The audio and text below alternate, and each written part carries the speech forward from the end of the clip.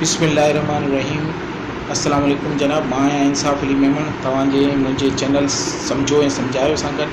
जनाब अॼोकी मुंहिंजी वीडियो हिकिड़ी स्पेशल वीडियो आहे ऐं जनाब तव्हांखे इहा ख़बर हुजणु खपे त जेकॾहिं तव्हां पंहिंजे एंड्रॉइड मोबाइल जी बैटरी खे सेव करणु चाहियो था या उनजी लाइफ खे वधाइणु चाहियो था त उहो कीअं वधाए सघो था। उनजे लाइ ॿ प्रोसीजर आहिनि। हिकिड़ो त तव्हां पंहिंजी जॾहिं चार्जिंग ते मोबाइल खे लॻायो था त मुंहिंजो इहो सजेशन आहे, मुंहिंजो इहो मञणु आहे या मूंखे इहा ख़बर आहे त बैटरी खे हमेशह 100% खां घटि चार्ज जॾहिं थिए त उनखे चार्जर खां रिमूव करे छॾियो ऐं जेकॾहिं 10% खां घटि चार्जिंग थिए थी त यकदमि उनखे चार्जर ते लॻायो। ईअं करण सां तव्हांजी बैटरी इम्प्रूव थींदी ऐं बैटरी जी लाइफ वधंदी।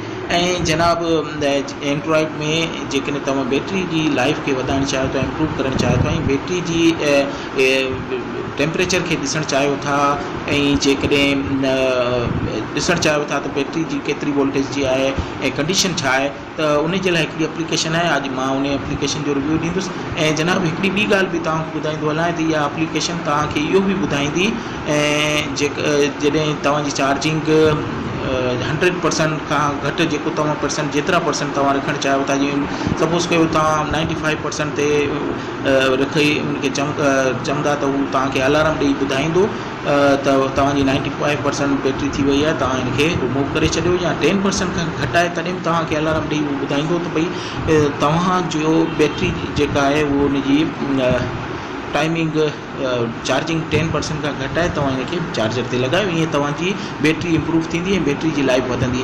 ऐं उहो बि तव्हां पंहिंजो जेको अलार्म ॾियणु चाहियो था त पंहिंजी आवाज़ में बि उहो अलार्म रिकॉर्ड करे तव्हां उनखे ॾेई सघो था, उहो ऑप्शन ॾेई सघो था ऐं पंहिंजी एंड्रॉइड मोबाइल जी बैटरी खे इम्प्रूव करे सघो था, बैटरी जी लाइफ खे वधाए सघो था। हाणे जनाब इन एप्लीकेशन जो रिव्यू ॾियण खां पहिरीं तव्हांखे हिकिड़ी रिक्वेस्ट कंदुसि हमेशह वांगुरु त हीअ तव्हांजो मुंहिंजो सिंधी चैनल आहे सम्झो सम्झायो, इनखे प्लीज़ सब्सक्राइब कयो। सब्सक्राइब करण जे लाइ रेड कलर जे बटन खे क्लिक कयो ऐं ईअं बेल खे रेड कलर जे बटन खे क्लिक कंदव त बेल जो आइकॉन ईंदो, उनखे बि क्लिक कयो। ईअं करण सां मुंहिंजी हर अचण वारी वीडियो जी नोटिफिकेशन तव्हां ताईं पहुचंदी। मुंहिंजे वीडियो जे कुंड ते बि सब्सक्राइब जो हिकिड़ो बटन आहे, उनखे क्लिक करे बि तव्हां मुंहिंजे चैनल खे सब्सक्राइब करे सघो था। ईअं करणु तव्हांखे खपे, छाकाणि जो आउं डेली बेसिस ते का न का नई शइ तव्हांजे लाइ आणींदो रहंदो आहियां जेका तव्हांजे लाइ ऐं तव्हांजे मोबाइल जे लाइ ऐं कंप्यूटर जे लाइ बहितरु हूंदी आहे। जनाब मुंहिंजे वीडियोज़ खे लाइक ऐं शेयर करणु न विसारींदा ऐं कमेंट्स में लिखो मुंहिंजा वीडियोज़ तव्हांखे कीअं पिया लॻनि। को सुवाल आहे त उहो बि मूंखां पुछी सघो था। हाणे हलूं था साईं एप्लीकेशन ॾांहुं। त एप्लीकेशन खे डाउनलोड करण जे लाइ असां प्ले स्टोर खे ओपन कंदासीं। प्ले स्टोर खे क्लिक कयो। जनाब प्ले स्टोर खे क्लिक कंदव ऐं इन जे सर्च बार में तव्हां लिखंदव battery alarm, battery alarm at any level।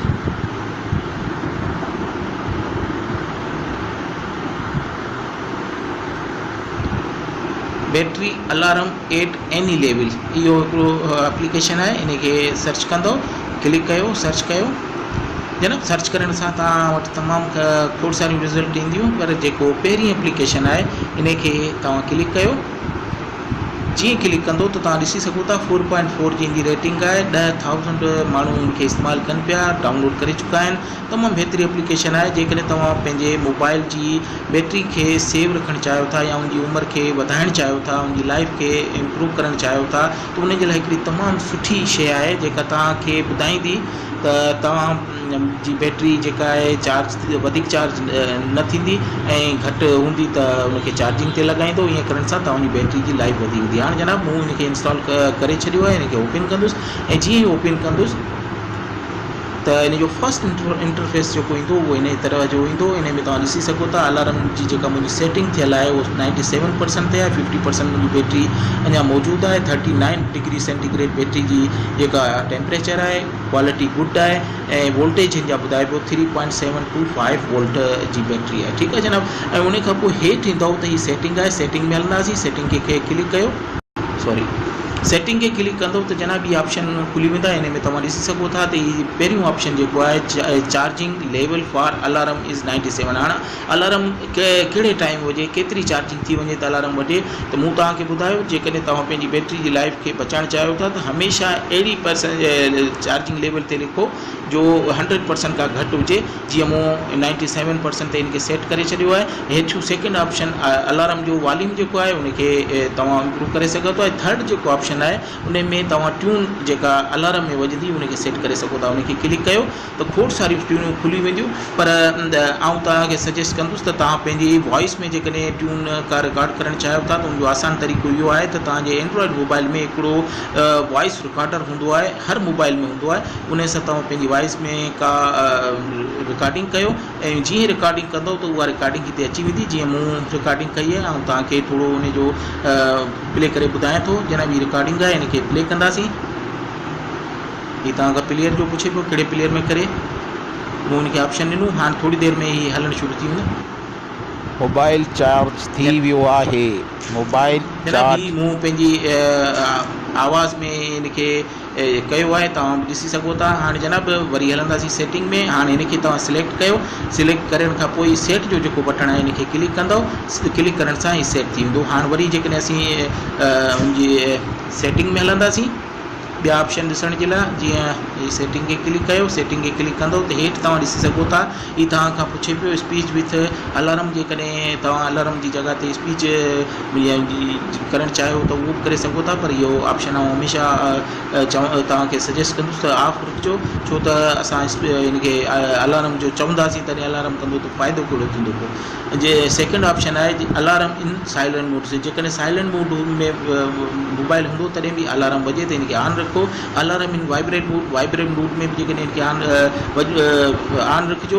इन करे जो वाइब्रेट मोड में हूंदो तॾहिं बि अलार्म तव्हांखे ॿुधाईंदो त बैटरी तव्हांजी केतिरा परसेंट 97% चार्ज थी वई आहे, ऐं जेकॾहिं घटि थी वई आहे त 10% खां घटि आहे इनखे चार्ज ते लॻायो। चार्जिंग प्रोग्रेस बार में तव्हांखे जेको थर्ड वन ऑप्शन आहे तंहिंमें तव्हां ॾिसी सघो था चार्जिंग प्रोग्रेस बार इनखे ऑन रखंदो। ऑन इन करे रखंदो त हीअ तव्हांखे हमेशह इन जो नोटिफिकेशन ॾींदो त तव्हांजी बैटरी जेका 100% थी वई आहे या 10% खां लो आहे।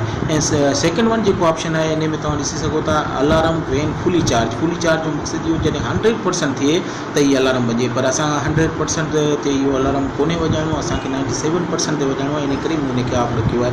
उन खां पोइ अलर्ट वेन बैटरी लो में जेकॾहिं लो बैटरी हूंदी तॾहिं बि अलार्म वॼाईंदो, इनखे मूं ऑन रखियो आहे। ऑटो लॉन्च ऐप वेन चार्जिंग इनखे बि ऑन रखियो आहे। जॾहिं चार्जिंग ते लॻाईंदासीं त ऑटो ऐप थी वेंदी। उन खां पोइ जेकॾहिं हेठियन ऑप्शन में ईंदा त तव्हां खां हीअ पुछे पियो त जेकॾहिं बैटरी जी चार्जिंग खे तव्हांखे इम्प्रूव करिणो आहे, वधाइणो आहे, त इन जेकी टर्न ऑफ ब्लूटूथ आहे, टर्न ऑफ वाईफाई आहे, टर्न ऑफ वाइब्रेशन आहे, स्क्रीन ब्राइटनेस आहे, इनखे जेकॾहिं घटि कंदो त तव्हांजी जेका आहे उहा बैटरी कुझु इम्प्रूव थींदी। इन में मूं टर्न ऑफ ब्लूटूथ खे चेक करे छॾियो आहे। टर्न ऑफ वाईफाई खे इन करे चेक कोन कयो आहे जो मूंखे वाईफाई हलाइणी आहे। टर्न ऑफ वाइब्रेट खे बि मूं चेक करे छॾियो आहे त भले ई इनखे बंदि करे छॾे।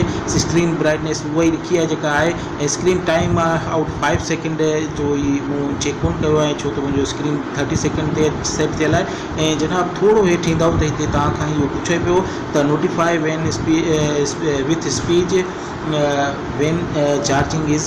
जेकॾहिं कहिड़ी चार्जिंग हुजे जो तव्हांखे अलार्म करे ॿुधाए, उनजी टाइमिंग जो उन पुछियो आहे, जंहिंमें 50% आहे, 70% आहे, 80% आहे, 90% आहे, 100% आहे।